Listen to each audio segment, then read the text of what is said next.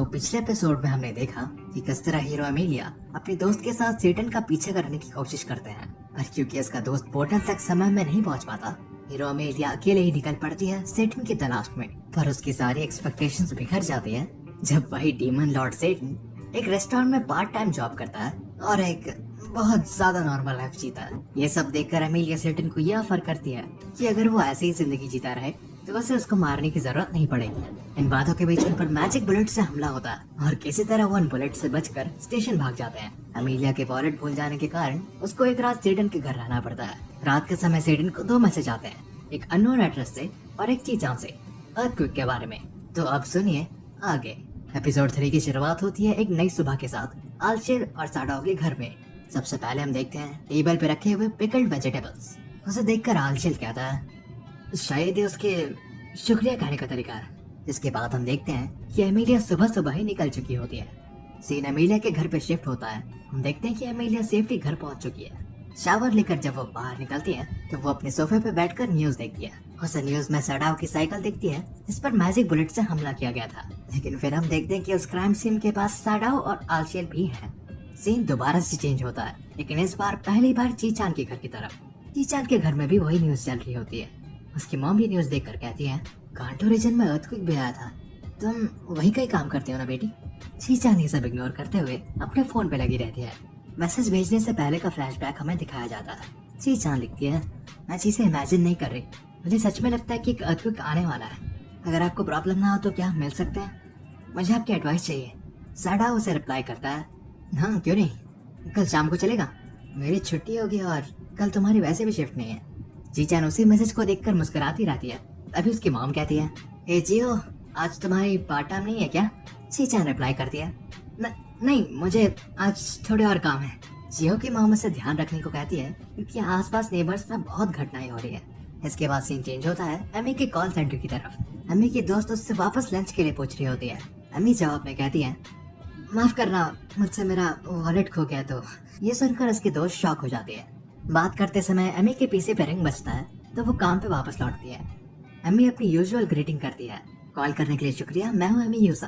Call करने वाला कोई वॉइस चेंजर यूज कर रहा होता है।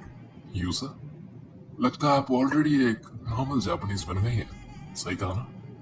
Hero Emilia. एमी शॉक हो जाती है और कहती है क्या मैं जान सकती हूँ कौन बात कर रहा है। वो कॉल करने वाला कहता है मैं वो हूँ जो हीरो को जानता है और सेटन को भी। मैं वो हूँ जो तुम दोनों को तबाह कर दिया। एमी कहती है इसका मतलब कल रात को वो आप ही थे। वो कहता है अरे हाँ, मैंने बस एक्सपेक्ट नहीं करा था कि तुम लोग भागने में एक दूसरे का साथ दोगे।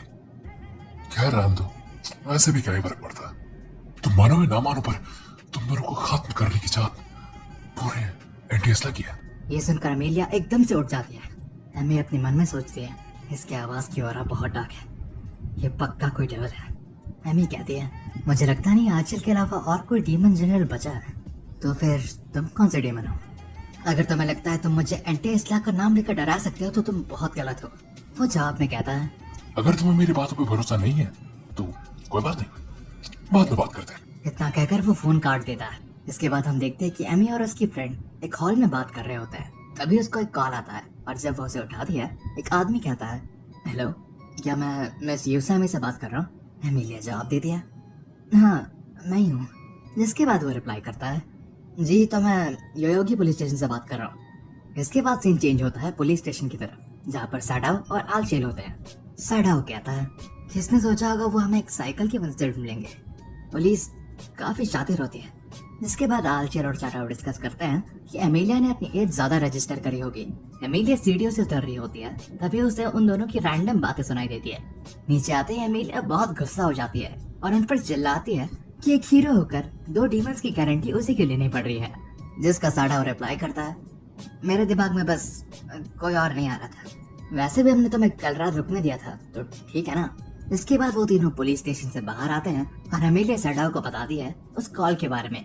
इसके बाद वो कहते हैं कि वो सिर्फ हीरो के नहीं बल्कि डीमन किंग के पीछे भी पड़ा है। साडाओ कहता है ये क्या कह रहे हो? एमी जवाब देती है खैर जो भी हो, बस ये बात याद रखना कि तुम्हें हराने वाली सिर्फ मैं होंगी।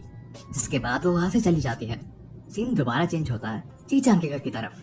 हम देखते हैं कि वो कहीं से वापस आई होती है और अपने रूम में जाकर एक ड्रेस ट्राई कर रही होती है। इसके बाद सीन चेंज होता है सडाओ और आलचिल की तरफ। आलचिल कहता है, आप मिस ससाकी से कब और कहाँ मिलेंगे और कब तक वापस आएंगे? सडाओ जवाब देता है कि हम 5 बजे मिलेंगे शिंजुकू स्टेशन पर। आलचिल कहता है, इसका मतलब अभी वक्त है, चलिए चलते हैं। सडाओ पूछता है, हाँ किधर? आलचिल सडाओ को एक शॉप में ले जाकर उसको अलग अलग ड्रेसेस ट्राई करवाता है। जिसके बाद वो कहता है, मैंने ऐसे इमरजेंसी के लिए एक सीक्रेट स्टैश बचा के रखा था, मैं आपको एक डेट में यूनिस्लो पहनकर नहीं जाने दे सकता। इसके बाद सीन चेंज होता है। एज प्लान्ड सडाओ और चीचान एक स्पॉट पर मिलते हैं। चीचान को देखकर सडाओ उसके हेयर स्टाइल के डिफरेंस को नोटिस करता है और ये देखकर ऑफ कोर्स चीचान अंदर से बहुत खुश होती है। सडाओ उसके बाद कहता है, तो हमें कहाँ चलना चाहिए? चीचान रिप्लाई करती है, पास वाले कैफे चलते हैं, वो जगह बहुत सुंदर और रिलैक्सिंग है। सडाओ कहता है, ठीक है चलो चलते हैं। चीचान बहुत शर्माते हुए उसे रोकती है और कहती है कि क्या वो उसका हाथ पकड़ सकती है? सडाओ कहता है, बस इतनी सी बात, क्यों नहीं, वैसे भी इस जगह में बहुत भीड़ भाड़ है। इसके बाद हम देखते हैं कि एमी अपने काम से वापस आ रही होती है। होता यह है कि आलचिल उन दोनों पर नजर रख रहा होता है, तभी एमी उसे देख लेती है। आलचिल को इतना सस्पिशियस एक्ट करते देख वो चेक करती है। वो देखते हैं कि चीचान और सडाओ एक साथ कैफे में होते हैं। एमिलिया तुरंत आलचिल को पकड़ लेती है और कहती है कि तुम उस लड़की के साथ क्या करने वाले हो? आलचिल रोते हुए कहता है, अरे मेरी बात तो सुनो। आलचिल एमी को पूरी सिचुएशन एक्सप्लेन करता है। जिसके बाद वो पूछते हैं कि क्या तुम्हें इससे कोई फायदा मिल रहा है? आलचिल कहता है, नहीं मैं बस नजर रख रहा था कि कुछ गलत ना हो। इसके बाद हमें कहती है, यहाँ खड़े खड़े कुछ नहीं होगा, अब चलो। आलचिल पूछता है, किधर? हमें रिप्लाई करती है, कैफे में ऑफ कोर्स। फिर सीन चेंज होता है चीचान और सडाओ की तरफ। चीचान सडाओ को अपनी प्रॉब्लम एक्सप्लेन कर रही होती है कि मैकडॉनल्ड्स में काम शुरू करने के बाद से उसको बीच बीच में किसी की बातें सुनाई देती हैं। चीचान कहते हैं, मुझे उनकी बातें समझ आ रही थी, भले ही मैंने ऐसी लैंग्वेज कभी नहीं सुनी। सडाओ सोचता है, ये जरूर आइडिया लिंक है, इंसानों के एक दूसरे के दिमाग को ट्यून करना ताकि वो दूसरी दुनिया तक बातें पहुंचा सके। ऐसा करने पर एक सोनार पल्स जनरेट होती है जो कि अपने टारगेट तक पहुंचने पर एक मैजिकल एक्सप्लोजन क्रिएट करता है, जो कि इस दुनिया में आकर कोई ना कोई फेनोमेना जरूर बन जाएगा। तो हो सकता है कि वो पल्स एक अर्थक्वेक के रूप में आई हो। वो कॉफी के एक सिप लेते हुए आगे सोच रहा होता है, लेकिन तभी उसको पीछे एमी दिखती है। एमी को देखकर वो इतना शॉक हो जाता है कि वो कॉफी थूक देता है। जिसके बाद वो सोचता है, ये एमी आलचिल के साथ इधर क्या कर रही है? यार कोई बात नहीं, मैं कुछ गलत थोड़ी कर रहा हूँ। इसके बाद वो दोबारा चेतन से बात करने लगता है कि फिक्र मत करो, वो आवाजें प्रॉब्लम नहीं है, प्रॉब्लम ये है कि अगला भूकंप कैसा होगा। अगर तुम सबको टाइम पे वार्न करो तो काफी बड़ा डिफरेंस आ सकता है। इसके बाद चीचान धीरे धीरे सडाओ को अपनी दिल की बातें बताने लगती है और बात इस पॉइंट तक पहुंच जाती है कि वो सडाओ को कन्फेस करने वाली होती है कि वो उसे पसंद करती है। लेकिन अमी अचानक से बीच में टपक पड़ती है, ये कहने की, रुक जाओ, उसके साथ रहकर तुम्हारे साथ सिर्फ बुरी चीजें ही होंगी, ये जैसा दिखाता है वो ऐसा बिल्कुल भी नहीं है। अमी के इतने रूडली बात करने पर चीचान उसे झगड़ने लगती है। सडाओ उन दोनों को शांत होने को कहता है, लेकिन दोनों में से कोई शांत नहीं होता। चीचान को लगता है कि एमी उसकी एक्स है और इसलिए वो सडाओ के बारे में इतना बुरा भला बोल रही है। वो दोनों झगड़ते रहते हैं, लेकिन बीच में हम देखते कि टेबल धीरे धीरे हिलने लग रही है। जिसके बाद सबको रियलाइज होता है कि वापस से अर्थक्वेक आया है, लेकिन पिछली बार की तरह नहीं। ये अर्थक्वेक बहुत खतरनाक था। धीरे धीरे हम देखते हैं कि पूरी बिल्डिंग कोलैप्स हो रही है। इसके बाद सीन बदलता है। बिल्डिंग के कोलैप्स होने के बाद, बेहोशी से उठने के बाद चीचान देखते हैं कि वो एमी के साथ है। वो बिल्डिंग के कोलैप्सेस के बीच में फंसे होते हैं। एमी कहते हैं, लगता नहीं निकलने का कोई रास्ता है। चीचान एमी से पूछती है कि सडाओ किधर है? एमी कहती है, इतना जानती हूँ कि यहाँ पर नहीं है। चीचान कहती है, नहीं मेरा मतलब। एमी जवाब देती है, ओह तुम्हारा मतलब वो जिंदा है कि नहीं? उसकी मौत होती तो आज काफी लोग खुश होते हैं, पर फिक्र मत करो। एमी मन में सोचती है, उसे खत्म करने वाली सिर्फ मैं होंगी, वो यहाँ नहीं मर सकता। चीचान जवाब देती है, हाँ वो ठीक ही होगा, है ना? एमी कहती है, बिल्कुल, मैं हूँ यूसा। एमी, मिलकर अच्छा लगा।